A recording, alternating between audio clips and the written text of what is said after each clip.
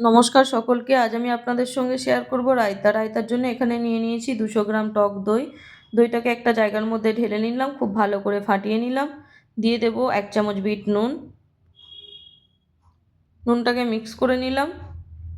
কুচিয়ে রাখা শসা দিয়ে দিলাম, টমেটো কুচি দিয়ে দিলাম, পেঁয়াজ কুচি দিয়ে দিলাম, ধনেপাতা কুচি দিয়ে দিলাম, দিয়ে দেব 1 চামচ চাট মশলা,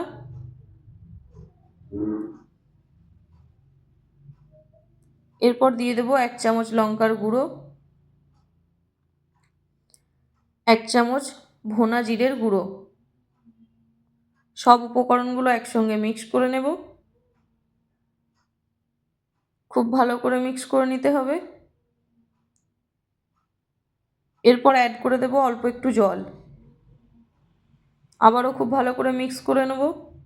একদম পারফেক্টলি রেডি হয়ে গেছে রায়তা। যারা এখনো পর্যন্ত আমার ইউটিউব চ্যানেলটিকে সাবস্ক্রাইব করেনি তারা অতি অবশ্যই আমার ইউটিউব চ্যানেলটিকে সাবস্ক্রাইব করে ফেলুন। ধন্যবাদ সকলকে।